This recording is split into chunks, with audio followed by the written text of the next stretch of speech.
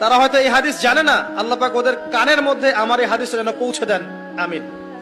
নবী সাল্লাল্লাহু আলাইহি ওয়াসাল্লাম বলেছেন, আমি মেরাজের রাতে যখন গিয়েছি তখন এক শ্রেণীর মানুষকে দেখেছি, ওদেরকে শাস্তি দেয়া হচ্ছে। কি শাস্তি? জাহান্নামীদের রক্ত এবং পুঁজ ওদেরকে খেতে দেয়া হচ্ছে। জিবরাইল আলাইহিস সালামকে জিজ্ঞাসা করা হলো যে এরা কারা?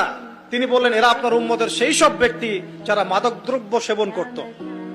আল্লাহ রাব্বুল আলামিন তার হাবিবের মাধ্যমে জানিয়েছেন, যখন কোন মুসলিম মাদক সেবন করে বা কোনো ব্যক্তি মাদক সেবন করে তখন 40 দিন তার নামাজ কবুল হয় না।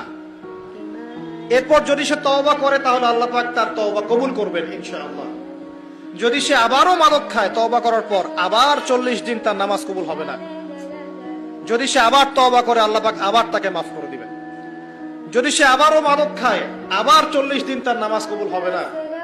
তারপর যদি আবার তওবা করে আবার আল্লাহ তাকে মাফ করে দিবেন।